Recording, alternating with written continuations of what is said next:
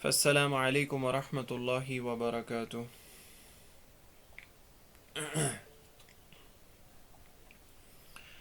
رب اشرح لي صدري ويسر لي أمري واحلل عقدة من لساني يفقه قولي اللهم اجعل القرآن ربيع قلوبنا ونور أبصارنا وشفاء صدورنا وجلاء أحزاننا وذهاب همومنا وغمومنا اللهم نسألك علما نافعا وعملا متقبلا ورزقا طيبا آمين يا رب العالمين۔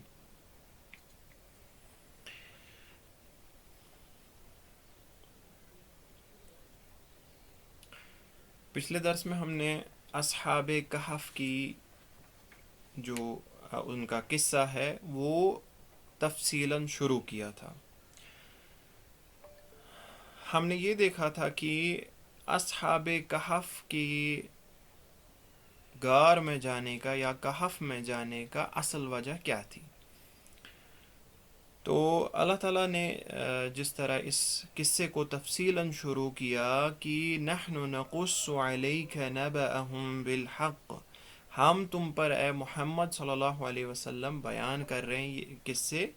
ان جنرل، اور خاص طور پہ یہ قصہ حق کے ساتھ، صدق کے ساتھ، اور اس سے مقصد ہے ہدایت۔ اس کے بعد ہم نے دیکھا کہ اللہ تعالیٰ نے بیان کیا کہ بنیادی وجہ یہ تھی کہ یہ جوان لڑکوں کا ایک ٹولہ تھا جس نے اللہ تعالیٰ پر ایمان لایا تھا، اور اس ایمان کی بدولت ان کا اپنی قوم کے ساتھ یعنی اختلافات شروع ہوئے تھے۔ جب انہوں نے کہا اذ قاموا فقالوا، اور اس کے بعد جب وہ کھڑے ہو گئے اور اپنے قوم سے کہا یعنی توحید کا اعلان کیا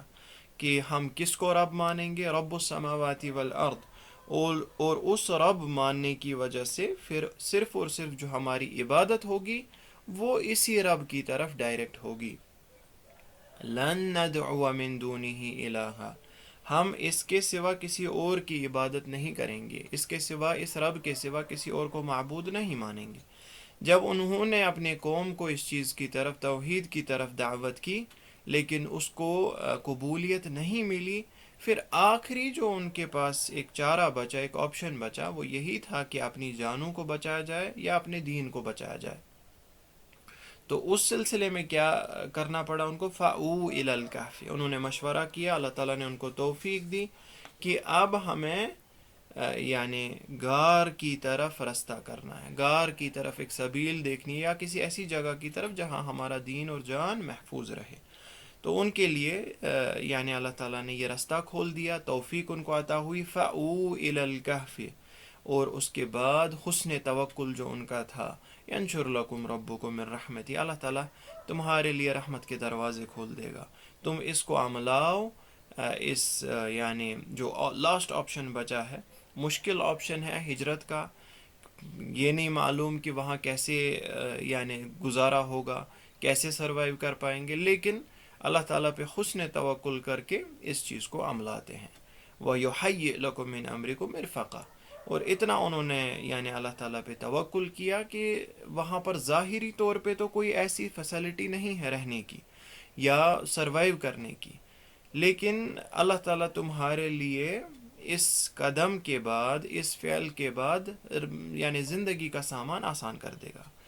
تمہارے لیے اللہ تعالیٰ رستہ کھول دے گا، جس طرح ہم نے دیکھا وَمَن يَتَّقِ اللَّهَ يَجْعَل لَّهُ مَخْرَجًا وَيَرْزُقْهُ مِنْ حَيْثُ لَا يَحْتَسِبُ، اللہ تعالیٰ بیان کرتے ہیں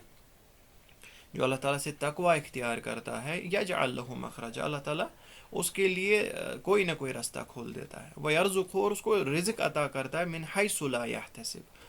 اس جگہ سے جس جگہ سے اس نے گمان ہی نہیں کیا ہوگا، کیونکہ چلانے والا رب جب اس کو کہا، جب انہوں نے اپنے حقیقی رب کو رب مانا، تو رب کا معنی ہی ہے تربیت کرنے والا، یہ ان کے حقیقی ایمان پر دلالت کرتا ہے، یہ بالکل ایک زبان سے یعنی ان کا اس ایمان کا اظہار نہیں تھا، یہ دل سے تھا، جس کی دلیل یہاں ملتی ہے، یعنی حقیقت میں انہوں نے یہ ایمان، ان کا یہ ایمان تھا کہ صحیح میں تربیت کرنے والا وہی رب ہے، وہی ہمارا یعنی وہاں پر گزارا اور اس کا انتظام کر لے گا۔ اس کے بعد وَيُحَيِّئْ لَكُم مِّنْ أَمْرِكُم مرفقہ جو ہے، یعنی زندگی کا سامان، ہماری سہولیت کا سامان جو مہیا کرے گا، اب اس کی تفصیل آ رہی ہے کہ وہ زندگی کا سامان، وہ سروائیول کا سامان، وہ سارے اسباب ان کے رب نے کس طرح ان کے لیے مہیا کر دے، کس طرح غیر ضروری غیر معمولی طریقے سے ان کے اس توکل کو بجا لایا، اور ان کے اس توکل کے بنا پہ اور دعا کے بنا پہ اور عمل کے بنا پہ اللہ تعالیٰ نے ان کی مثال تا قیامت قائم رکھی۔ اب اللہ تعالیٰ یعنی اگلی آیتوں میں شروع کرتے ہیں وہ اسباب، وہ تمام اسباب جن کی بدولت سے یہ اصحاب کہف جو ہے اتنے طویل ٹائم یا غیر معمولی طریقے سے اس کہف میں گزار سکے۔ اللہ تعالیٰ فرماتے ہیں اعوذ باللہ من الشیطان الرجیم وَتَرَى الشَّمْسَ إِذَا طَلَعَتْ تَزَاوَرُ عَنْ كَهْفِهِمْ ذَاتَ الْيَمِينِ وَإِذَا غَرَبَتْ تَقْرِضُهُمْ ذَاتَ الشِّمَالِ وَهُمْ فِي فَجْوَةٍ مِّنْهُ ذَلِكَ مِنْ آيَاتِ اللَّهِ مَن يَهْدِ اللَّهُ فَهُوَ الْمُهْتَدِ وَمَن يُضْلِلْ فَلَن تَجِدَ لَهُ وَلِيًّا مُرْشِدًا۔ اس آیت میں آپ تجوید کے احکام پر غور کریں، اور جو اگلی آنے والی آیتیں ہیں تھوڑی سے کہیں کہیں جگہ ڈیفیکلٹ ہوگا، لیکن میں انشاءاللہ کوشش کروں گا کہ اس کو آسان طریقے سے مختصراً بیان کروں، کیونکہ یہاں ہمیں زیادہ فوکس نہیں تجوید پہ کرنا ہے، بس مختصراً کچھ پوائنٹس دیکھیں گے۔ سب سے پہلی چیز، جس طرح ہم نے اس سے پہلے بھی پڑھا ہے کہ را جب اس پہ زبر یا پیش آئے تو اس کو پر کریں گے یا ہیوی کریں گے، جس طرح ہیوی کرنے کا مطلب بھی میں سمجھا چکا ہوں کہ زبان کی جڑ کو اوپر کریں گے۔ تو وَتَرَش، پہلا را جس پہ زبر آ رہی ہے اس کو شین کے ساتھ ملائیں گے اور اس کو ہیوی کریں گے، یعنی ترا نہیں پڑھیں گے، ترى الشمس۔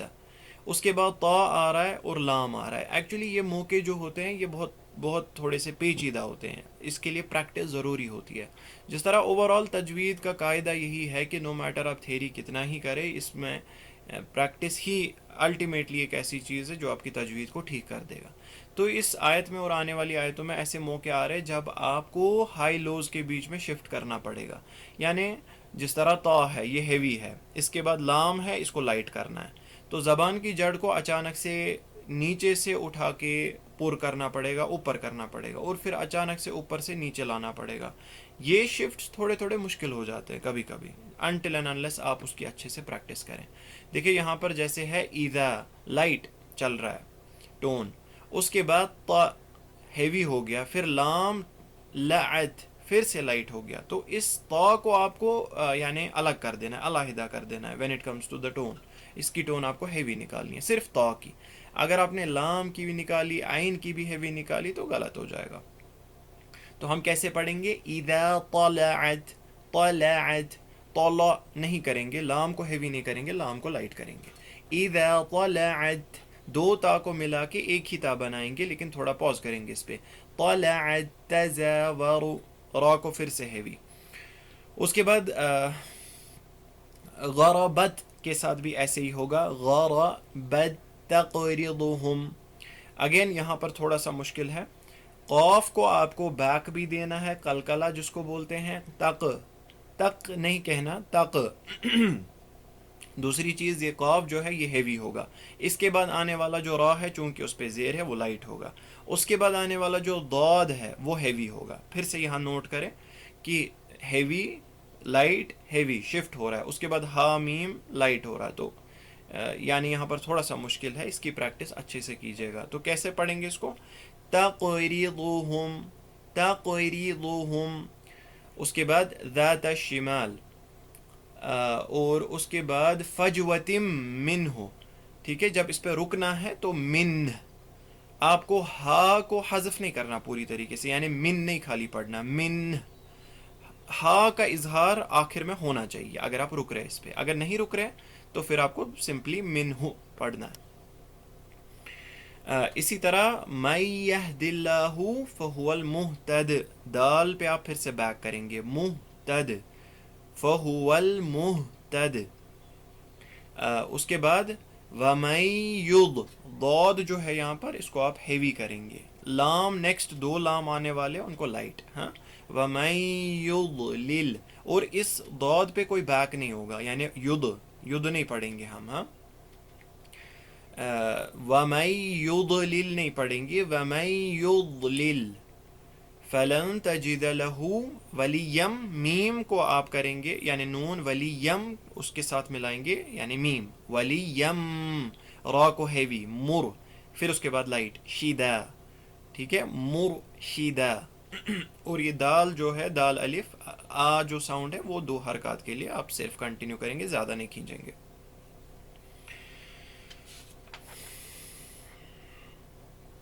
ٹھیک ہے. تو اللہ تعالیٰ اس آیت میں فرماتے ہیں اب اسباب کی بات آ رہی ہے، اب اسی یعنی جو آسانی کا سامان ہے اس کی پہلی مثال آ رہی ہے، وہ یہی ہے کہ اللہ تعالیٰ فرماتے ہیں وَتَرَى الشَّمْسَ إِذَا طَلَعَتْ تَزَاوَرُ عَنْ كَهْفِهِمْ، اگر فرض کریں کہ آپ کو دیکھنے کا موقع مل جاتا، اگر آپ سپیکٹیٹر بن جاتے، آبزرور بن جاتے، تو آپ دیکھتے جو یہ شمس ہے، جو یہ سورج ہے، جب یہ طلوع ہو جاتا ہے، تو جب یہ طلوع ہو جاتا تو ان کی کہف سے، ان کی غار سے یہ رائٹ سائڈ سے آ جاتا، ٹھیک ہے، ذات الیمین، ان کی غار سے یہ جب طلوع یعنی یہ جب کسی دن طلوع ہو جاتا تو اس کی جو ڈائریکشن ہوتی ان کی غار سے رائٹ سائڈ سے ہوتی. وَإِذَا غَرَبَتْ تَقْرِضُهُمْ ذَاتَ الشِّمَالِ، اور جب یہ غروب ہو جاتا، ڈوبنے کے وقت اس کی ڈائریکشن جو ہے یہ غار کے لیفٹ ہینڈ سائڈ سے ڈوب جاتا. یعنی اس آیت کے اس حصے کا کہنے کا مطلب یہ ہے ان کی جو غار ہے اس کا مہانہ شمال کی طرف تھا، اس کا مہانہ نارتھ کی طرف تھا. کیونکہ آپ امیجن بھی کر سکتے ہیں، اگر آپ کو ایسے سمجھ نہیں آ رہا ہے تو آپ ایک چھوٹی سی فگر بنا کے بتا سکتے ہیں کہ ایسٹ سائڈ سے جب سن یعنی آتا ہے، رائز ہو جاتا ہے، تو وہ غار کے رائٹ سائڈ سے تھا، یعنی اس کا مہانہ یا دروازہ کہہ لے آپ، وہ نارتھ کی طرف تھا، تبھی جا کے یہ سورج جو ہے وہ رائٹ سائڈ سے آتا تھا. لیکن جب وہ ڈوبتا تھا تو آبویسلی پھر وہ لیفٹ سائڈ سے ڈوبتا تھا. تو سب اس کا کہنے کا جو پوائنٹ ہے وہ یہی ہے کہ اس کا جو مہانہ تھا وہ نارتھ کی طرف تھا. ایسا کیوں تھا ابھی ہم دیکھیں گے انشاءاللہ، لیکن اس سے پہلے ہم دیکھتے ہیں اللہ تعالیٰ فرماتے ہیں وَهُمْ فِي فَجْوَةٍ مِّنْ، اور یہ جو تھے اصحاب کہف یہ اس کے بالکل اندر تھے. فجوہ کہتے ہیں دو چیزوں کے بیچ میں جو گیپ ہوتی ہے، یعنی غار کے اندر قیام پذیر تھے. تو پہلی چیز جو ہے اس میں سورج کا چڑھنا اور اترنا یا غار کی جو ڈائریکشن ہے اس کا یعنی جو یہاں پر حکمت ہے. اب یہ دیکھتے ہیں نا ہم کہ اللہ تعالیٰ نے یہی کیا، یحیی لکم من امرکم مرفقا، اللہ تعالیٰ نے ان کے لیے وہ مہیا کیا، وہ سارا ساز و سامان جس کے لیے ان کا سروائیول بہت آسان ہو گیا. تو اس میں سے پہلی چیز یہی ہے کہ ڈائریکٹلی سن لائٹ جو ہے وہ ان کی غار کے اندر نہیں آ رہی تھی، کیونکہ اس سے پھر باقی سارے مفاسد ہو جاتے. سن کی وجہ سے جو ٹیمپریچر ریگولیشن بھی ہو جاتی، وہ بھی اپ ڈاؤن ہو جاتی، یا ان کے جسموں پہ اگر یہ سن لائٹ پڑ جاتی تو فزیکلی بھی اس کا ضرر تھا، یا ہو سکتا ہے کوئی ان کو دیکھ بھی لیتا دور سے سن لائٹ کی وجہ سے، غار کے اندر یعنی ایک سپیس ہے یا وہاں پر کوئی بندہ بیٹھا ہے وغیرہ وغیرہ. تو اس کے لیے یعنی اللہ تعالیٰ نے کیا سامان تیار کیا،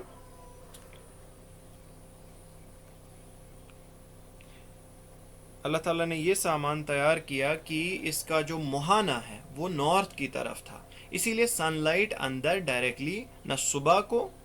یا نہ شام کو آتی تھی. یا ایسا بھی ہو سکتا ہے کہ جب سن لائٹ، جس طرح ہم نے اس سے پہلے پڑھا فَضَرَبْنَا عَلَىٰ آذَانِهِمْ، اللہ تعالیٰ نے ان کے کانوں کو مینشن کیا اور ان کی آنکھوں کے پردے کو نہیں مینشن کیا. اب اگر یہ سن لائٹ ڈائریکٹلی ان کی آنکھوں پہ پڑ جاتی صبح سویرے یا شام کے وقت، تو ہو سکتا ہے کہ ان کی نیند جو ہے اس حساب سے ڈسٹرب ہو جاتی. تو یعنی اوورآل ہم دیکھتے ہیں پہلی سبب جو اللہ تعالیٰ نے پوری کی اس میں وہ یہی تھی کہ ان کے سن لائٹ کا ارینجمنٹ یا لائٹ کا ارینجمنٹ کیا. لائٹ آتی رہتی تھی لیکن پوری طریقے سے وہ جو برائٹ لائٹ ہے صبح اور شام کو داخل نہیں ہوتی. اس کے بعد سیکنڈ پوائنٹ جو یہاں پر ہے وَهُمْ فِي فَجْوَةٍ مِّنْ،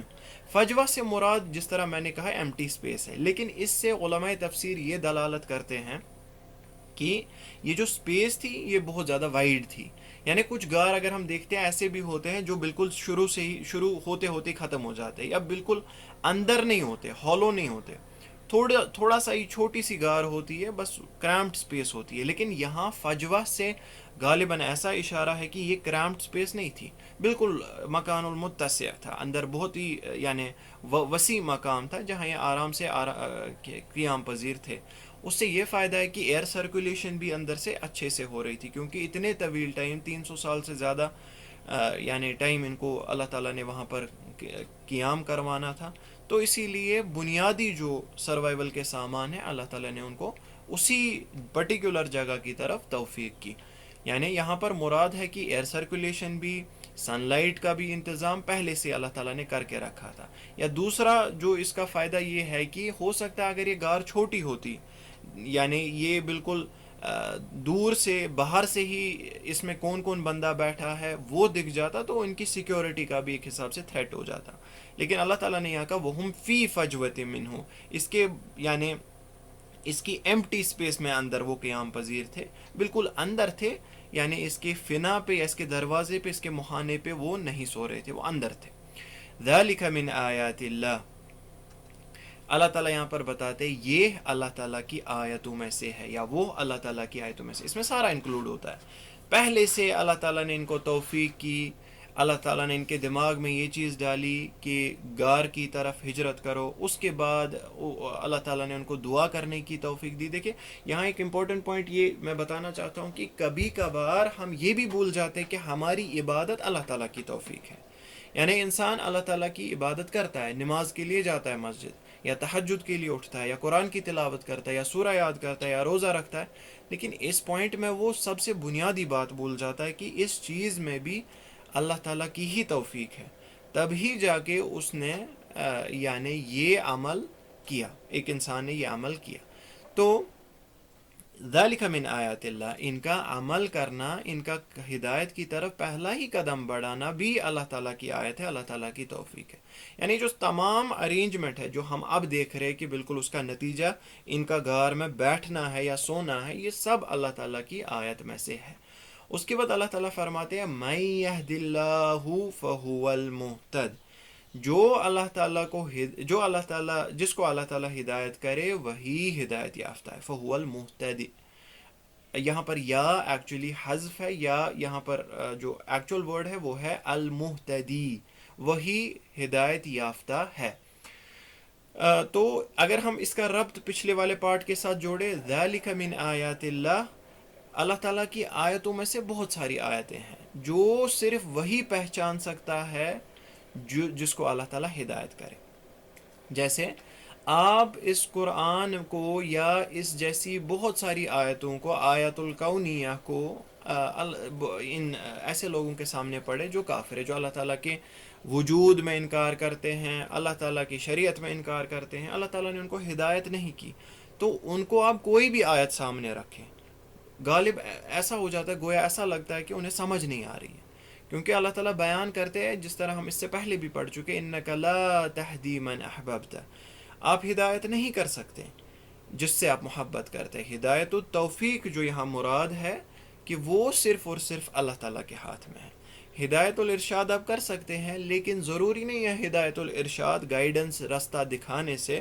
وہ ہدایت التوفیق حاصل کرے، وہ صرف اور صرف اللہ تعالیٰ کے ہاتھ میں ہے۔ چاہے وہ آیات کے بارے میں آپ انہیں اشارہ کریں، چاہے وہ اللہ تعالیٰ کے دین کے بارے میں آپ اشارہ کریں، اللہ تعالیٰ کے احکام کے بارے میں اشارہ کریں، لیکن کلی طور پہ جو ہدایت ہے ایک انسان کو تبھی حاصل ہوگی جب آپ نے ہدایت الارشاد کیا، ٹھیک آپ نے راستہ بتا دیا، اس کے بعد اللہ تعالیٰ کی یعنی منشا ہونی چاہیے، یہ مرضی ہونی چاہیے، تب جا کے اسے ہدایت التوفیق حاصل ہوگی۔ تو یہاں پر اس چیز کا اشارہ ہے مَن يَهْدِ اللَّهُ فَهُوَ الْمُهْتَدِ، جسے اللہ تعالیٰ ہدایت کرے وہی ہدایت یافتہ ہے۔ اس کے اپوزٹ میں وَمَن يُضْلِلْ فَلَن تَجِدَ لَهُ وَلِيًّا مُرْشِدًا، اور جسے وہ گمراہ کرے، جسے وہ ہدایت نہ کرے، فَلَن تَجِدَ لَهُ وَلِيًّا مُرْشِدًا، اس کے لیے تم نہیں پاؤ گے کوئی دوست، کوئی گائیڈ، یعنی اس کے دل کو کوئی اللہ تعالیٰ کے راستے پہ گائیڈ نہیں کر سکتا۔ اب اس میں دو چیزیں ہیں، پہلی چیز ہے ایک انسان کو اللہ تعالیٰ کی قضا و قدر سے راضی ہونا ہے کہ اللہ تعالیٰ نے دو کیٹیگریز بنائی ہیں، ایک تو وہ ہے جو گمراہ ہے، اور ایک وہ ہے جو ہدایت یافتہ ہے۔ یہ اللہ تعالیٰ کے قدر و قضا میں ہے، اس سے ہمیں راضی رہنا ہے۔ یہ کیٹیگرائزیشن اللہ تعالیٰ کی حکمت الہی کی حساب سے ہے۔ جس طرح اللہ تعالیٰ بہت جگہ پہ فرماتے ہیں فَمِنْكُمْ كَافِرٌ وَمِنْكُمْ مُؤْمِنٌ، یا اسی طرح دوسری جگہ بھی اللہ تعالیٰ فرماتے ہیں کہ آپ میں کچھ کافر ہے، آپ میں کچھ مومن ہے۔ یا اللہ تعالیٰ فرماتے ہیں دو راستے آپ کو دکھائے ہیں، اما شاکرا و اما کفورا، چاہے آپ شکر کرے یا چاہے آپ کفر کرے، دونوں راستے اللہ تعالیٰ نے دکھائے، اور دونوں کیٹیگرائزیشن جو ہے دونوں کا ایگزسٹ ہونا اللہ تعالیٰ کے قضا و قدر کے حساب سے ہے۔ لیکن اس کے راضی ہونے کے باوجود بھی ایک انسان پر لازم ہے کہ جو مس گائیڈڈ ہے، جو ضلالت میں پڑے ہوئے ہیں، اس کی ہمیں رہنمائی کرنی ہے، یعنی ہدایت الارشاد ہم پر واجب ہے، کیونکہ اللہ تعالیٰ بیان کرتے ہیں اس امت کے بارے میں خاص طور پہ کنتم خیر امت اخرجت للناس تأمرون بالمعروف وتنہون عن المنکر، تم بہترین لوگوں میں سے، تم یہ جو امت ہے، امت مسلمہ ہے، کنتم خیر امت، بہترین امت ہے، اخرجت للناس، جس کو لوگوں کے لیے نکالا گیا، بقیہ لوگوں کے لیے نکالا گیا، اور پرائمری کام ہمارا یہ ہے جب ہم نے خود ایمان لایا، سمجھا اللہ تعالیٰ کے راستے کو، تأمرون بالمعروف وتنہون عن المنکر، کہ ہم امر بالمعروف کرے اور نہی عن المنکر کرے۔ یہ کنٹینیو کرنا ہے ہمیں حسب استطاعت، جتنا ہمیں علم ہے، جتنا ہم نے دین کو سیکھا ہے، جتنے ہمیں احکام پتہ ہے، اتنا اپنے استطاعت کے مطابق، کنڈیشنز کے مطابق، حکمت کے مطابق آگے چلانا ہے، یعنی ہدایت الارشاد کو ہمیں نہیں چھوڑنا۔ تو غالباً یہاں یہ چیز ہمیں اشارہ ملتا ہے کہ ایکچول جو ہدایت ہے وہ اللہ تعالیٰ سے ہی آپ طلب کریں، نو میٹر آپ اسباب کو 100% پورا کریں، آپ نماز یعنی پورے سے پڑھے، اچھے سے پڑھے، لیکن پھر بھی ہدایت کے جو طلبگار ہے وہ رب سے ہی رہے، بار بار رب سے ہدایت کی طلب کرے، جس طرح ہم نے دیکھا ان اصحاب کہف کا قصہ بھی پہلے سے یہی تھا، انہوں نے رب سے ہی ہدایت طلب کی، رب سے ہی دعا کی کہ اے رب ہمیں اس چیز کی طرف ہدایت کر، ہمارے قصے کو ٹھیک کر، ہمارے اعمال کو ٹھیک کر، اور اللہ تعالیٰ نے ان کو پرفیکٹ ہدایت کی، ایسی ہدایت کی کہ تا قیامت ان کا قصہ سب لوگ پڑھیں گے اور اس سے یعنی اس سے جو لیسنز حاصل کریں گے۔ اس کے بعد نیکسٹ آیت میں اللہ تعالیٰ اسباب کو کنٹینیو کر کے فرماتے ہیں، اعوذ باللہ من الشیطان الرجیم، وَتَحْسَبُهُمْ أَيْقَاظًا وَهُمْ رُقُودٌ وَنُقَلِّبُهُمْ ذَاتَ الْيَمِينِ وَذَاتَ الشِّمَالِ وَكَلْبُهُمْ بَاسِطٌ ذِرَاعَيْهِ بِالْوَصِيدِ لَوِ اطَّلَعْتَ عَلَيْهِمْ لَوَلَّيْتَ مِنْهُمْ فِرَارًا وَلَمُلِئْتَ مِنْهُمْ رُعْبًا۔ اس میں بھی کچھ ایشوز ایسے ہیں، یعنی کچھ تجوید کے مسائل ایسے ہیں جو تھوڑے سے ڈیفیکلٹ ہیں، اسی لیے دھیان رکھیں، اور دھیان سے زیادہ پھر آپ کو پریکٹس کرنی ہے، تب جا کے وہ مسائل ٹھیک ہو جائیں گے۔ پہلی چیز ایقاظاً،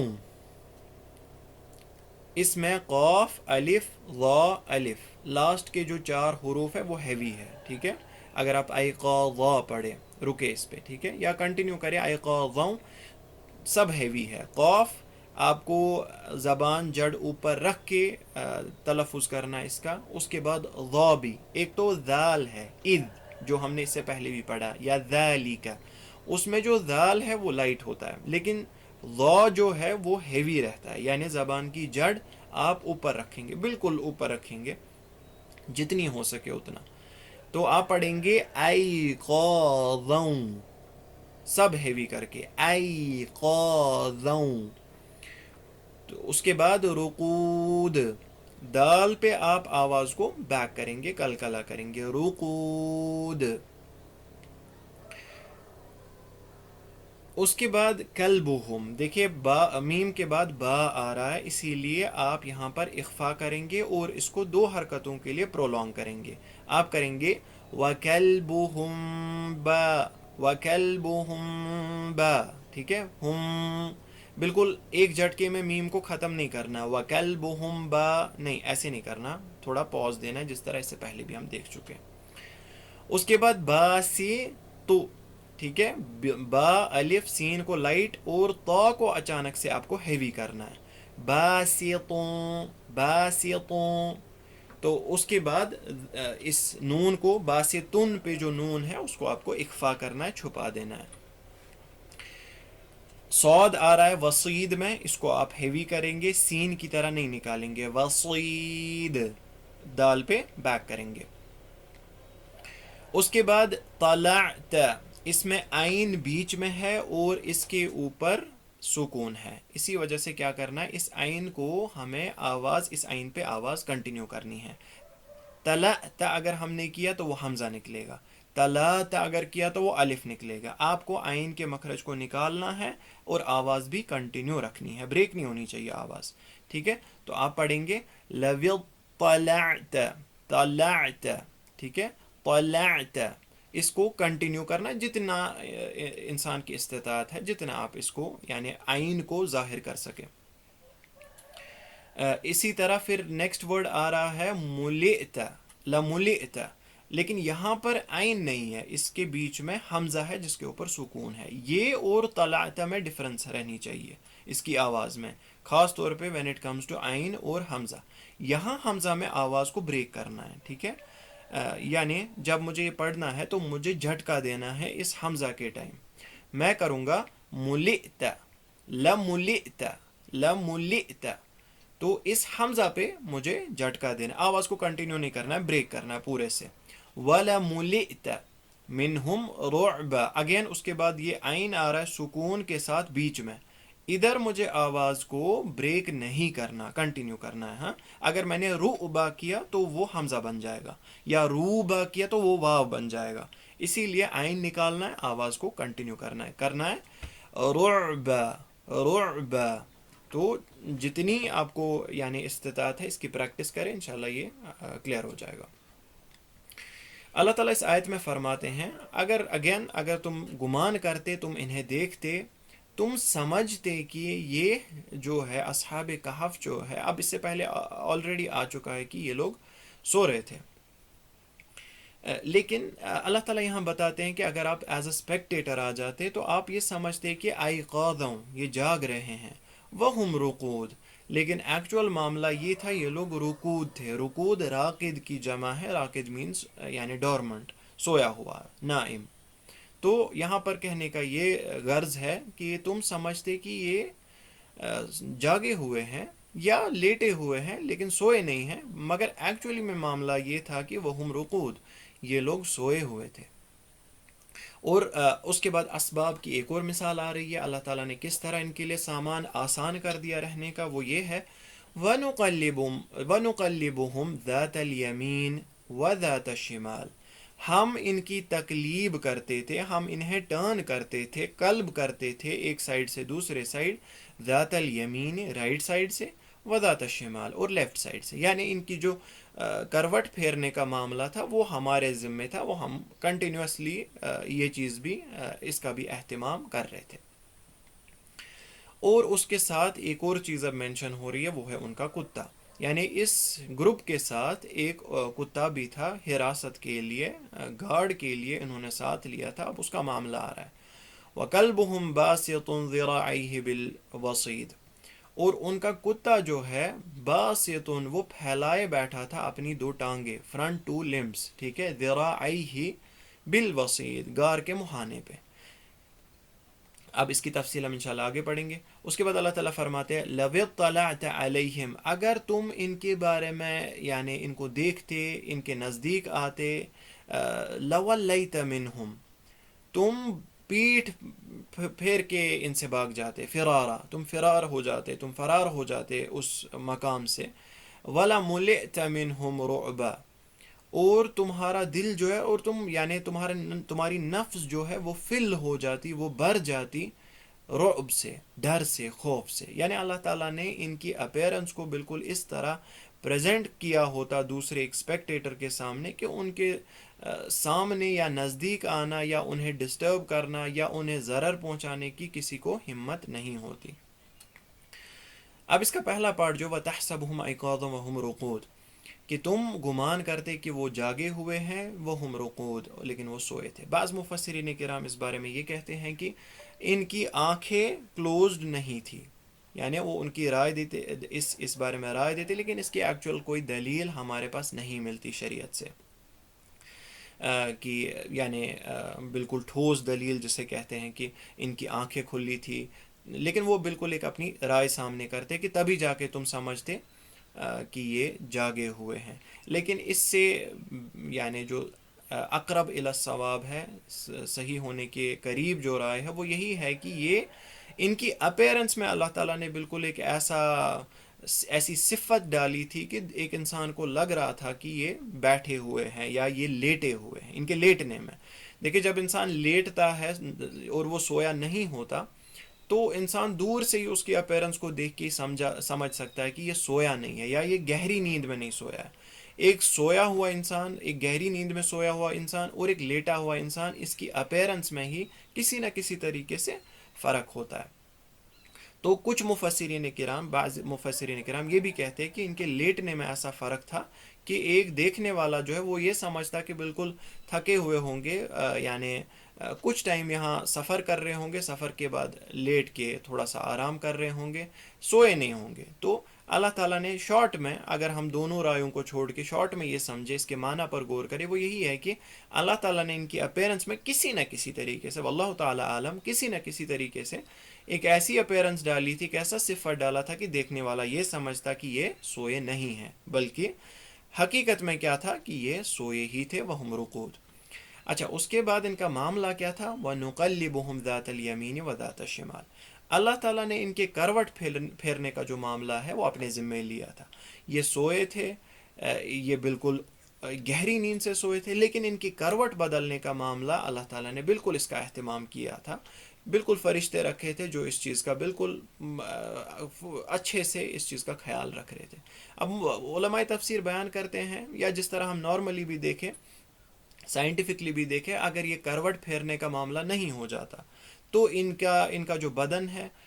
وہ زمین کی وجہ سے، اس کے کنٹیکٹ میں آنے کی وجہ سے اگر ایک ہی سائیڈ سے ہوتا، فاسد ہو جاتا،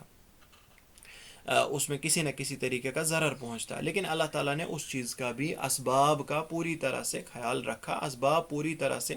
یعنی اس کا اہتمام کیا، تب جا کے یہ 300 سے زیادہ سال اس غار میں سوتے سوتے انہوں نے نکالے۔ یا دوسرا اس کا ریزن میڈیکل پرسپیکٹیو سے بھی یہی ہے کہ اگر ایک ہی سائیڈ سے یہ سوئے رہتے، ایک ہی پوزیشن میں سوئے رہتے، تو میڈیکلی بھی ان کے جسم میں ضرر پہنچ جاتا، بلڈ سرکولیشن اثر ہو جاتی، کہ ایک ہی سائیڈ سے زیادہ بلڈ فلو ہو جاتا اور اوپر والے سائیڈ سے کم ہو جاتا، جس میں گروتھ وغیرہ میں کچھ ایشوز آ جاتے۔ تو اللہ تعالیٰ نے بالکل ہر اعتبار سے، اور اس کے علاوہ بھی بہت ساری ایسی چیزیں ہوں گی جو ہم گمان نہیں کر پاتے، اللہ تعالیٰ نے اس کا اہتمام کیا۔ اب یہاں پر دوسرا پوائنٹ جو ہمیں لینا ہے وہ یہ ہے کہ وَنُقَلِّبُهُمْ، اس سے مراد ہے ہم، یعنی ان کی جو تقلیب کا معاملہ ہے وہ یہ خود نہیں کر رہے تھے، وَنُقَلِّبُهُمْ، ہم کر رہے تھے۔ کیوں؟ کیونکہ یہ جو اصحاب کہف تھے یہ سوئے ہوئے تھے۔ اس سے ہم یہ دلیل بھی نکال سکتے، جس طرح رسول اللہ صلی اللہ علیہ وسلم کی حدیث سے ثابت ہوتا ہے، رفع القلم عن ثلاث، 3 کیٹیگری سے قلم کو اٹھایا جاتا ہے۔ اس میں سے پہلی چیز جو رسول اللہ صلی اللہ علیہ وسلم نے فرمائی وہ عن النائم حتی یستیقظ، نائم سے، جو سونے والا انسان ہے، اس سے قلم کو اٹھایا جاتا ہے، یعنی اس کا ثواب و عقابت نہیں لکھی جاتی جب تک نہ کہ وہ اٹھے۔ تو یہاں پر بھی اس چیز کی دلیل ملتی ہے کہ ان کا فعل جو ہے، حالانکہ یہی لوگ دائیں بائیں کروٹ کر رہے تھے، لیکن یہ اس کی طرف منسوب نہیں کیا، یہ ان اصحاب کہف کی طرف منسوب نہیں کیا گیا، اللہ تعالیٰ یہ اپنی طرف منسوب کرے کہ ہم کروا رہے تھے یہ۔ تو اس سے ہم یہ دیکھتے ہیں کہ اگر انسان نیند میں ہے اور اسے پتہ نہیں ہے وہ کیا کہہ رہا ہے یا کیا کر رہا ہے، تب جا کے اس پر احکام کو ہم یا فتووں کو یا حکم کو نہیں لگا سکتے، کہ مثال کے طور پر وہ نیند میں جا کے اپنی بیوی سے کہے گا کہ انت طالق، تم یعنی تمہیں طلاق ہو گیا، میں طلاق دیتا ہوں تمہیں، تو اس طلاق کا جو حکم ہے وہ اپلائی نہیں ہوگا جب تک وہ نیند میں ہے، وغیرہ وغیرہ۔ اس کے بارے میں آپ فقہ کی کتابوں میں دیکھ سکتے ہیں۔ تو شارٹ میں بات یہ ہے کہ جب انسان سویا ہوا ہے تو افعال کو اس کی طرف منسوب نہیں کیا جا سکتا۔ اس کے بعد ان کے کتے کا جو ذکر آ رہا ہے، وَكَلْبُهُمْ بَاسِطٌ ذِرَاعَيْهِ بِالْوَصِيدِ، اب اللہ تعالیٰ نے پہلی پارٹ میں ان کی نیچرل فورسز وغیرہ سے سیکیورٹی کا معاملہ بیان کیا کہ چاہے سن لائٹ کی بات کرے یا ہوا کی بات کرے یا ارتھ کی بات کرے کہ وہ ان کے جسم کو فاسد کر دیتی، اس کا ہم نے خیال رکھا۔ اب لوگوں سے جو سیکیورٹی کی بات ہے یا جانوروں سے سیکیورٹی کی بات ہے، تب جا کے اس کا اب دوسرا پہلو آ رہا ہے، وہ یہ ہے وَكَلْبُهُمْ بَاسِطٌ ذِرَاعِهِ بِالْوَسِيدِ، غار کے مہانے پہ ان کا جو کتا ہے وہ بیٹھا ہوا تھا، اور وہ اس ٹانس میں بیٹھا تھا as if it was guarding them, ٹھیک ہے،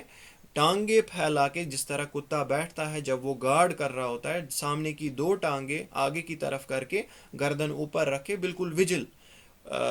یعنی حراست میں۔ اب دیکھیے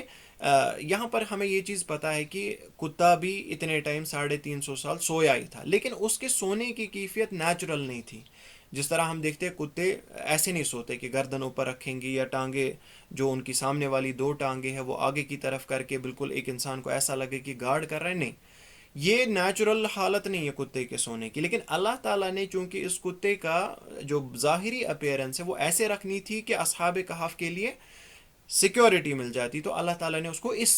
صورت میں سلا دیا۔ وَقَلْبُهُمْ بَاسِطٌ ذِرَاعِهِ بِالْوَسِيدِ، کنٹینیو جتنے ٹائم یہ اس میں تھے، غار میں تھی، کتا بھی اسی حالت میں تھا۔ اب اس سے کیا فرق پڑتا؟ لَوِ اطَّلَعْتَ عَلَيْهِمْ لَوَلَّيْتَ مِنْهُمْ فِرَارًا، جب ایک انسان ان کی نزدیک آتا ہے، یا یعنی فرض کریں، آیا تو نہیں تھا کوئی، فرض کریں اللہ تعالیٰ یہاں پر بولتے ہیں لَوِ اطَّلَعْتَ، اگر تم ان کے نزدیک آتے یا تم کیوریس ہو جاتے یہ کیا کر رہا ہے کتا یہاں پہ، یہ یہاں پر اصحاب کہف کیا کر رہے ہیں، تو لَوَلَّيْتَ مِنْهُمْ فِرَارًا، تم پیٹ پھیر کے بھاگ جاتے یہاں سے۔ کیوں؟ اللہ تعالیٰ نے یعنی ان کا جو اپیرنس ہے وہ ایسا رکھا تھا، وہ ایسی رکھی تھی۔ ان کے سامنے غار کے مہانے پہ ایک کتا بیٹھا ہے، وہ گارڈ کر رہا ہے، تو انسان پہلی اس کتے کو دیکھے، یا جو عام جانور ہے وہ اس کتے کو اس پوزیشن میں، اس ٹانس میں دیکھ کے ڈر کے آگے نہیں چلے گا۔ اس کے بعد اندر کچھ لوگ بیٹھے ہیں، فرض کرے کہ ہم انہیں دیکھ رہے ہیں، اب ہمیں یہ لگ رہا ہے کہ وہ سوئے نہیں ہیں، کیونکہ اللہ تعالیٰ نے پہلے مینشن کیا وَتَحْسَبُهُمْ أَيْقَاظًا وَهُمْ رُقُودٌ، ہمیں لگتا ہے کہ وہ بیٹھے ہوئے ہیں، تو 7 بندے ہیں، تو ہمیں نہیں پتا کہ یعنی کہ یہ ڈاکو ہے، یہ کیسے بندے ہیں، یہ انسان ہے، ملک ہے، کیا ہے، اس کے بارے میں ہمیں کوئی انفارمیشن نہیں ہے، تو انسان پریفر کرتا کہ نہیں، بہتر ہے اپنا معاملہ دور ہی رکھیں، ان سے قرب حاصل نہ کرے، نزدیک نہ جائے، انہیں ضرر نہ پہنچائے۔ اور اللہ تعالیٰ نے اس کے علاوہ رعب ڈال دیا جو کوئی بھی وہاں پر اپروچ کرنے کی کوشش کرتا ہے، کیونکہ اللہ تعالیٰ یہاں فرماتے ہیں وَلَمُلِئْتَ مِنْهُمْ رُعْبًا، اور یہ نہیں کہ تمہارے دل میں تھوڑا سا بھی خوف ہو جاتا، لیکن اللہ تعالیٰ یہاں بیان کر رہے ہیں مُلِئْتَ، جس سے مراد ہے کہ تمہارا دل پوری طرح سے جو خوف سے فل ہو جاتا، رعب سے فل ہو جا۔ اللہ تعالیٰ نے ان کی اپیرنس میں ایسا ایک یعنی وہ صفت طاری کر دی کہ فرض کریں کہ آپ نزدیک جاتے، آپ کا دل جو ہے، آپ کا پورا جسم جو ہے وہ خوف سے بھر آتا، تو آپ وہاں سے ان سے دوری ہی اختیار کرتے۔ اسی وجہ سے ہم دیکھتے کہ اللہ تعالیٰ نے سارے اسباب جو ہے ان کی یعنی اس طویل مدت کے لیے برابر رکھے۔ حالانکہ ایک انسان کو یہ بھی ذہن میں آ جاتا ہے کہ یہ اسباب کی ضرورت اللہ تعالیٰ کو نہیں ہے۔ مثال کے طور پہ اللہ تعالیٰ ان کو کھڑے کھڑے ہی یہ 300 جتنے بھی 309 سال تھے وہ نکال دیتے، یعنی اللہ تعالیٰ ایک حکم کرتے، ٹائم کا کچھ ایسا معاملہ ہو جاتا ہے، یہ ٹائم ٹریول کرتے، یا ان کے اللہ تعالیٰ جسموں کو اٹھا کے 300 سال بعد ڈال دیتے، ان این انسٹنٹ یہ معاملہ ہو جاتا، یا اللہ تعالیٰ کہتے کسی بھی طریقے سے کن اور فیکون، وہ ہو جاتا۔ لیکن اللہ تعالیٰ نے یہاں پر یہ چیز کا اہتمام کیا اللہ تعالیٰ کی حکمت الہی کی وجہ سے کہ اسباب کو بھی برابر کیا، تاکہ یہ پھر ایک مثال بنے آگے آنے والے لوگوں پر۔ جس طرح ہم دیکھتے ہیں اللہ تعالیٰ کے بہت سارے جو یعنی آیاتیں ہیں، اس میں ہم دیکھتے ہیں کہ کبھی کبھار اسباب کا اہتمام نہیں کیا جاتا۔ اللہ تعالیٰ نہیں چاہتے کہ بھائی اب اسباب برابر کیے جائے تب جا کے اس چیز کا رزلٹ نکلے۔ مثال کے طور پر ابراہیم علیہ السلام کا جب ہم واقعہ دیکھتے ہیں، ہم دیکھتے ہیں جب ان کو آگ میں ڈالا گیا تو آگ کی لازماً پراپرٹی یہ ہے کہ وہ گرم ہوتی ہے، تو اسی پرپز کے لیے ابراہیم علیہ السلام کو اس میں ڈالا تھا جلانے کے لیے۔ لیکن اللہ تعالیٰ نے یہاں آگ کو یہ نہیں کہا کہ غائب ہو جاؤ یا آگ ختم نہیں ہو گئی، اس کی لازماً جو پراپرٹی ہے ہاٹنس، اس کو ختم کر دیا۔ وہ اسباب کے علاوہ اللہ تعالیٰ کبھی کبھی آیتیں اپنی دکھاتے ہیں. اللہ تعالیٰ نے کہا کونی بردن یا نارو کونی بردن و سلام علی ابراہیم. اے نار ٹھنڈی ہو جا. تمہاری جو یعنی پرائم پراپرٹی ہے، تمہاری جو لازم پراپرٹی جس سے تم جانی جاتی ہو، وہ ہے شدت، وہ ہے یعنی حرارت. اس کو ختم ہی کر دیا. کونی بردن، تو ٹھنڈی ہو جا. چاہے اس میں اسباب رہے یا نہ رہے، لاز آف فزکس برابر رہے، اس سے کوئی فرق نہیں پڑتا. اللہ تعالیٰ نے کون کہا وہ ہو گیا. لیکن یہاں پر ہم معاملہ الگ دیکھتے ہیں. یہاں پر ہم دیکھتے ہیں کہ اللہ تعالیٰ نے فزیکل لاز جو انہوں نے ہی بنائے، جو ان کا ہی نظام ہے، اس کا اہتمام رکھ کے ان کی آیت جو ہے، ان کی مثال جو ہے وہ ہمارے سامنے پیش کی. اور یہ تمام جو چیزیں بیان ہو رہی ہے اسی اسباب کے، انہی اسباب کے اہتمام کی مثالیں ہیں. اب دیکھیے یہاں پر ایک اور چیز غور کرنے لائق ہے ہمارے لیے، وہ یہ ہے کہ اللہ تعالیٰ کی طرف سے پروٹیکشن دیکھیے، اس پر غور و فکر کیجیے آپ، اور اپنے ایمان کو اس کے ذریعے تازہ کیجیے. وہ یہ ہے کہ اللہ تعالیٰ جب چاہے ایک اپنے ولی کی پروٹیکشن اس طرح کر سکتا ہے جو غیر ضروری یعنی غیر معمولی طریقہ ہوگا. آپ دیکھیں کہ دنیا کے بڑے بڑے امپورٹنٹ پرسنالٹیز جو ہے کروڑوں روپیہ خرچ کرتے ہیں اپنی پروٹیکشن میں، تب بھی مارے جاتے ہیں، تب بھی مرتے ہیں. وَلَوْ كُنْتُمْ فِي بُرُوجٍ مُشَيَّدَةٍ. جس طرح اللہ تعالیٰ فرماتے تمہیں موت آ جائے گی، چاہے تم کسی بھی یعنی قلعے میں ہو، تم کسی بھی پروٹیکٹڈ اسپاٹ میں رہو، کوئی فرق نہیں پڑتا، یا تمہیں ضرر وہاں بھی پہنچ سکتا ہے. ہم دیکھتے ہیں سیکیورٹی کے باوجود، تمام چیزوں کو برابر انسانی طریقے سے برابر کرنے کے باوجود بھی ان پرسنالٹیز کو ضرر پہنچنے کا خدشہ ہوتا ہے. لیکن اللہ تعالیٰ کے ولی جو ہوتے ہیں، بالکل آپ دیکھیے یہاں پر ہمارے سامنے مثال ہے، ایک غار میں سوئے ہیں جس میں کوئی سیکیورٹی نہیں ہے. ظاہری طور پہ انہوں نے کوئی سیکیورٹی نہیں رکھی، بالکل لوگوں کو کھڑا نہیں رکھا، اور اس کے بعد ایک انسان گمان بھی نہیں کر پاتا کہ 300 سال سے زیادہ بھی یہ اس میں سوئیں گے. یعنی یہ سو رہے ہیں، یہ اپنی سیکیورٹی خود بھی نہیں کر سکتے. لیکن اللہ تعالیٰ اپنے متقی بندوں کی کس طرح حفاظت کرتا ہے، یہ یہاں پر نوٹ کرنے لائق ہے. جس طرح ہم رسول اللہ صلی اللہ علیہ وسلم کی زندگی میں وہ واقعہ دیکھتے ہیں جب وہ جنگ سے واپس آ رہے تھے اور ایک جگہ پہ قیام پذیر ہو گئے، نیند آ گئی، اپنے ہتھیار کو نیچے رکھا اور ایک کافر آ گیا. اس نے یہ اپرچونٹی سیز کی اور وہ تلوار جو ہے رسول اللہ صلی اللہ علیہ وسلم کو سوتے ہوئے دیکھا، تلوار اٹھائی اور ان کے سر کے بغل میں کھڑے ہو کے تلوار آگے کر کے ان کے سر کی طرف کر کے ان کو جگایا. اور اس کے بعد کیا فرمایا، بتایا میں یمنعک منی، اے محمد صلی اللہ علیہ وسلم تجھے کون بچائے گا مجھ سے. اب 3 بار ریپیٹ کیا میں یمنعک منی، یعنی اب بتا کون بچائے گا. تو تینوں بار رسول اللہ صلی اللہ علیہ وسلم نے ایک ہی جواب دیا، اللہ. یہ جواب دے کے اس کافر کی ایسی حالت ہو گئی کہ اس کے ہاتھ سے تلوار گر گئی. تب رسول اللہ صلی اللہ علیہ وسلم نے آہستہ اس تلوار کو اٹھا کے اس کافر کو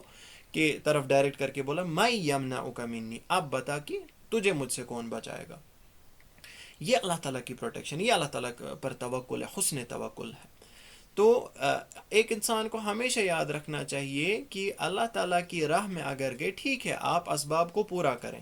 آپ سیکیورٹی 100% یعنی آپ یہ جو اسباب ہے، یہ جو اللہ تعالیٰ نے طریقے بتائے ہیں، وارننگز بتائے ہیں، ان کو پوری طریقے سے پورا کریں. جس طرح رسول اللہ صلی اللہ علیہ وسلم بھی جنگ میں جاتے تھے، وہ بالکل پوری طریقے سے آرمر لگاتے تھے، یا بالکل جو پلاننگ ان کی ہوتی تھی وہ اسباب کو لے کے ہوتی تھی. وہ ایسے ہی نہیں ہوتی تھی کہ بالکل چلو جی ہم اللہ تعالیٰ پہ ایمان آئے ہیں اب ٹوٹ پڑو، نہیں، وہ پراپرلی ایک پلاننگ ہوتی تھی. جس طرح ہم تمام غزوات یا تمام جنگوں کے بارے میں اگر پڑھتے یا اوور آل رسول اللہ صلی اللہ علیہ وسلم کی زندگی کو دیکھتے ہیں، ان کی پلاننگ دیکھتے ہیں، مکہ میں کیسا پیریڈ تھا، کس طرح رسول اللہ صلی اللہ علیہ وسلم نے یعنی دعوت کو پھیلایا، پھر حبشہ کی طرف کس طرح ایک گروپ کو بھیجا کہ ہو سکتا ہے یہاں پر یہ جو اسمال گروپ آف مسلمز بن گیا ہے، ہو سکتا ہے یہ ختم ہو جائے، ہمارا بیک اپ رہے گا حبشہ میں، تو وہاں سے آئیں گے پھر، وغیرہ وغیرہ. ان تمام چیزوں کو ہم یہ دیکھتے ہیں، یا اس کے علاوہ باقی جو انبیاء ہیں ان کے طریقے کو ہم دیکھتے ہیں کہ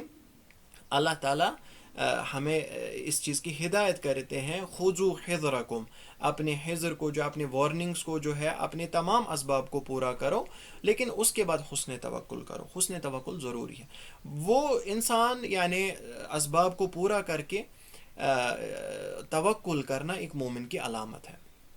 نہ ہی اسباب کو چھوڑنا ہے، نہ ہی توکل کو چھوڑنا ہے۔ یہاں پر ہم یہ چیز دیکھتے ہیں کہ جس طرح انہوں نے تمام اسباب کو پورا کیا، دعا کی، توکل کیا اور پھر غار میں گئے، اس کے بعد ہم دیکھتے ہیں اس کا نتیجہ، اس کا کتنا بیوٹیفل طریقے سے نتیجہ ہے، اللہ تعالیٰ نے کس طرح ان کی پروٹیکشن کی۔ بالکل آپ مان لیجئے جنگل میں یا کھلے عام یہ لوگ سوئے ہیں، نیچر میں سوئے، نہ ہی کوئی دروازہ ہے نہ ہی کچھ ہے، اللہ تعالیٰ نے 300 سال کس طرح ان کے اسباب، کس طرح ان کے یعنی جو وہ سامان ہے اللہ تعالیٰ نے بالکل پرفیکٹ طریقے سے تیار کیا کہ 300 سے زیادہ سال یہ اس میں بچے رہے۔ اس کے بعد اللہ تعالیٰ فرماتے ہیں اعوذ باللہ من الشیطان الرجیم وَكَذَلِكَ بَعَثْنَاهُمْ لِيَتَسَاءَلُوا بَيْنَهُمْ قال قائل منهم كم لبثتم قالوا لبثنا يوما أو بعض يوم قالوا ربكم أعلم بما لبثتم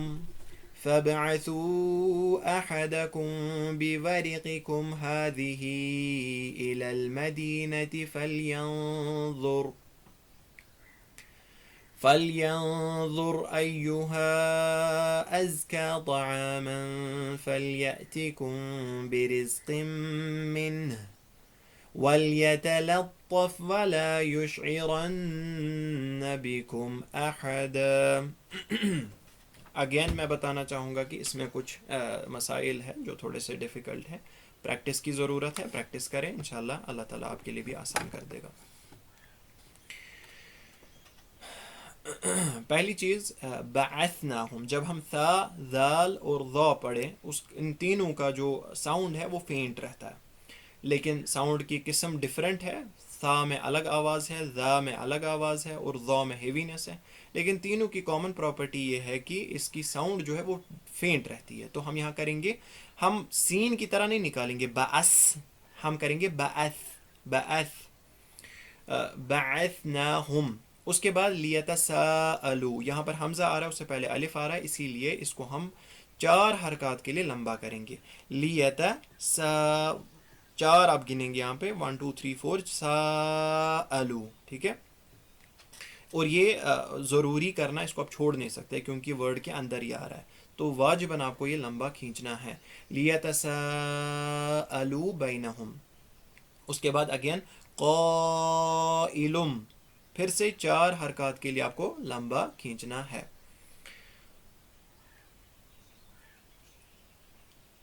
اگین اس کے بعد آ رہا ہے فَابْعَثُوا أَحَدَكُمْ،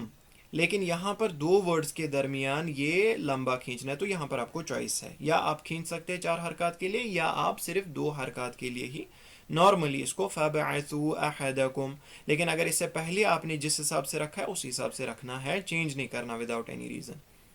اگین ہادھی، پھر سے 2 ورڈز کے درمیان آ رہا ہے، تو 4 یا 2 آپ کے پاس یہاں پر چوائس ہے۔ اس کے بعد فَلْيَنظُرْ، فَلْيَنظُرْ، ضا جو ہے اور را جو ہے دونوں ہیوی ہے، اسی لیے زبان کی جڑ کو اوپر کرے، فَلْيَنظُرْ،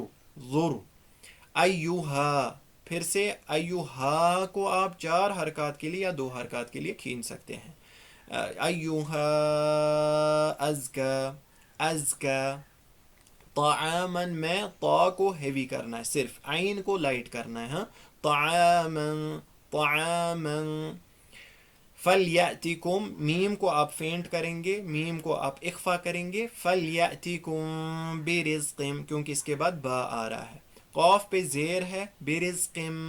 تھوڑا سا آپ لائٹ کریں گے، لیکن پوری طریقے سے زبان کی جڑ کو نیچے نہیں کریں گے، تھوڑی سی ہیوینس اس میں بقیہ رہنی چاہیے۔ اچھا سر، جو ایک ڈیفیکلٹ ورڈ یہاں آ رہا ہے وہ ہے وَلْيَتَلَطَّفْ، اس میں طا صرف ہیوی ہے، تو طا کی ہیوینس کو تھوڑا سا الگ کر دیجیے گا، نہ لام کو ہیوی کرنا ہے نہ فا کو ہیوی کرنا ہے، وَلْيَتَلَطَّفْ، اور اس سے پہلے تا کو بھی لائٹ کرنا ہے، یعنی وَلْيَتَ،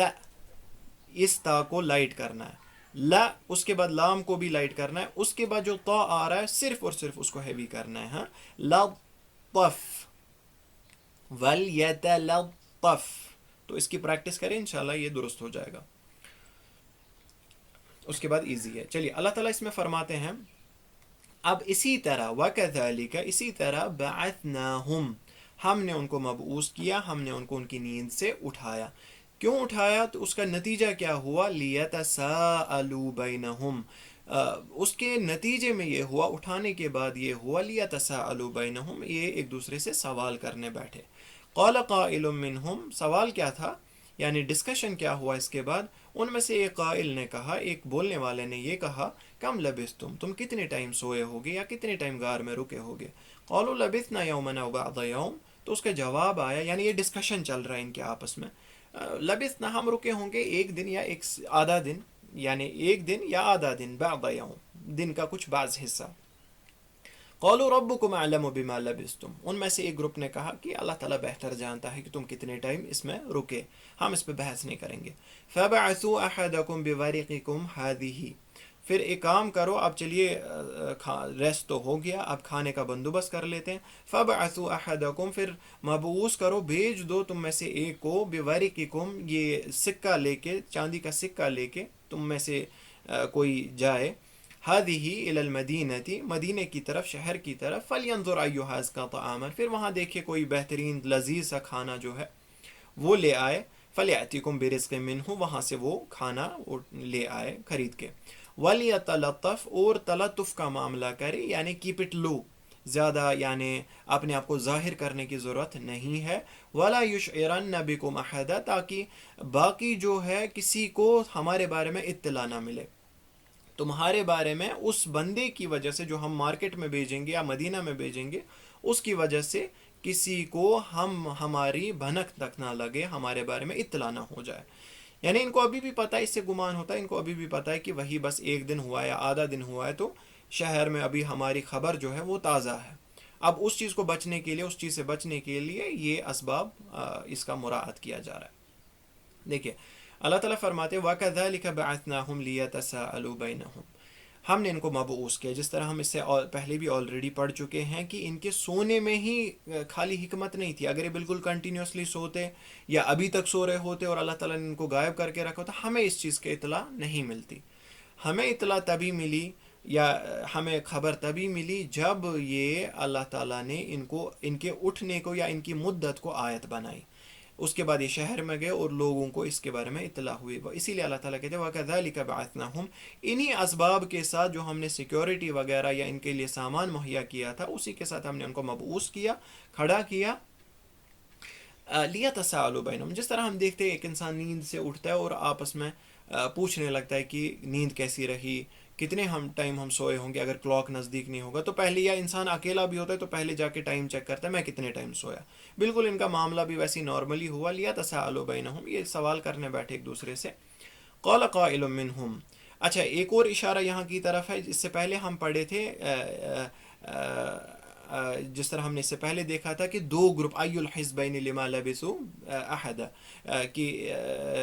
امدا، اس سے پہلے ہم نے دیکھا کہ ان کے بیچ میں دو گروپس بنے، تب مفسرین کرام نے یہ بیان کیا تھا کہ یہ شہر کے بیچ میں بھی ہو سکتا ہے، شہر کے لوگوں کے بیچ میں بھی گروپس بنے تھے، لیکن ان میں سے ایک رائے یہ بھی تھی کہ یہ انہی کے درمیان دو گروپس بنیں گے، تو غالباً اس کا اشارہ یہاں پر آ رہا ہے کہ یہ جو دو گروپس بنے تھے مدت کے بارے میں جو ڈسکس کر رہے تھے، وہ انہی اصحاب کہف کے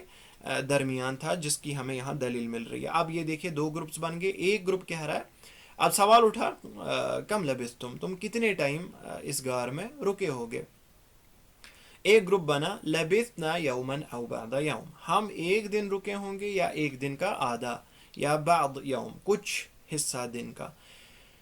اس سے پتہ چلتا ہے کہ دیکھیے آدھے یا ایک دن میں تو کنفیوژن نہیں ہو سکتا، آپ اگر اس بارے میں سوچیں، کیونکہ ایک دن کا مراد ہے، مثال کے طور پر یہ اگر صبح آئے ہیں تو ان کو پتہ ہے ظاہری طور پہ دھوپ کو دیکھ کے یہ بتا رہے ہیں کہ ہاں جی ٹائم صبح کا ہے۔ اب یہ اگر شام کو اٹھے ہیں تو شام بھی سمجھ آئے گی، تو انہیں سمجھ آئے گا یا رات ہوئی ہے تو ایک دن ہو گیا ہے، تو آدھا دن اور ایک دن میں کنفیوژن کیسے ہے؟ کیونکہ آدھا دن اگر ہوا ہوتا تو یہ دیکھتے بالکل جی آفٹر نون ہو رہا ہے تو سمجھ پاتے کہ آدھا دن۔ تو مفسرین کرام اس بارے میں یہ کہتے ہیں کہ انہیں لگا کہ اگر مثال کے طور پر یہ صبح سویرے گئے ہوں گے، صبح کے ٹائم ان کو نیند آئی ہوگی اور جب یہ جاگے تب آفٹر نون تھا، تو انہیں یہ کنفیوژن ہوتا کہ یہ اسی دن کا آفٹر نون ہے یا نیکسٹ ڈے کا آفٹر نون۔ تو اس سے اشارہ ملتا ہے کہ ان کی نیند جو ہے وہ بہت گہری تھی، اتنی گہری تھی کہ انہوں نے اگر ایک دن بھی پاس کیے ان کو کوئی یعنی گمان نہیں تھا، کوئی وہ یعنی انسان جس طرح بیچ بیچ میں کبھی نیند سے اٹھ جاتا ہے، نہیں، کوئی ایسا ان کی فینٹ میموری بھی نہیں تھی کہ میں اٹھا تب رات تھی یا میں تب شام تھی وغیرہ، کچھ نہیں. بالکل جب سوئے تھے تب کی میموری ہے، اور جب اٹھے تب وہ ظاہری طور پہ یہ چیز دیکھ رہے اور ظاہر پہ حکم لگا رہے، یا ایک دن ہم سوئے ہوں گے، یا ایک دن کا، یا یہ وہی دن ہے یا یہ نیکسٹ دن ہے. لیکن ان میں سے ایک گروپ جو ہے، قالوا ربکم اعلم بما لبثتم، اس نے اس چیز کی تفویض اللہ تعالیٰ کی طرف کی بہترین طریقے سے. اور یہاں پر یہ ہم ادب سیکھتے ہیں کہ جس چیز کے بارے میں ہمیں ٹھوس علم نہ ہو تو اس چیز کے بارے میں بحث کرنے کا کوئی پوائنٹ نہیں ہے. جس طرح ہم دیکھیں گے کہ بہت سارے لوگ ایسے علوم کے بارے میں بحث کرتے جس کا کوئی فائدہ ہی نہیں ہوتا، اور ایسا کوئی راستہ نہیں ہوتا کہ آپ اس کے اینڈ تک پہنچ سکے. جیسے فار ایگزامپل انہی اصحاب کہف کا آپ اگر بحث کریں اس بارے میں اکیڈمکلی، آپ یہ کوشش کرنے کی، آپ یہ پتہ لگانے کی کوشش کریں یہ کس ایئر میں تھے، اس کے بعد اس ٹائم بادشاہ کا نام کیا تھا، اس ٹائم یہ پرٹیکولر ڈیٹیل کیا تھی، پہاڑ کون سا تھا، تو آپ کے پاس کوئی ضابط طریقہ نہیں ہے، کوئی ٹھوس طریقہ نہیں ہے اس چیز کو پتہ کرنے کا. تو ان معاملات میں ہم کیا کرتے ہیں، ربکم اعلم بما لبثتم، اپنا ٹائم بچائے، اپنی محنت بچائے، اور concentrate on more important things. یہاں پر ہم یہ اللہ تعالیٰ ہمیں یہ چیز سکھاتے ہیں. کیونکہ ان میں سے ایک گروپ تھا، اس نے بولا اب ہمیں تو کسی کو یاد نہیں ہے، نہ ہی کسی کے پاس کوئی ٹھوس علم ہے اس چیز کی، یعنی اس چیز کے بارے میں تحقیق کرنے کا. اب ان میں سے کس کو آئیڈیا ہوتا کہ یہ 300 سے زیادہ سال سوئے ہوئے ہیں؟ تو انہوں نے کیا کیا، ربکم اعلم بما لبثتم، تمہارا رب بہتر جانتا ہے کہ تم کتنے ٹائم یہاں غار میں رکے ہو، چھوڑو اس بات کو، یہ رب کی طرف اس چیز کی تفویض کرو. فبعثوا، ہم ایک کام کرتے ہیں، فبعثوا، تم بھیج دو، احدکم بورقکم هذه الى المدینہ. تو اس سے پتہ چلتا ہے ان کی جو کرنسی تھی وہ کوئی سونے کا، سلور کا سکہ تھا، چاہے وہ پرنٹڈ تھا یا نہیں تھا وہ معلوم نہیں ہے، لیکن کوئی ایسا سلور کی کرنسی تھی جس سے یہ چاہتے تھے کہ کوئی طعام وغیرہ کھانے کا بندوبست کیا جائے. الی المدینہ. اب مفسرین کرام اس چیز کا یہاں پر پوائنٹ نکالتے ہیں، وہ یہ ہے کہ ان کی جو غار ہے وہ شہر سے نزدیک تھی،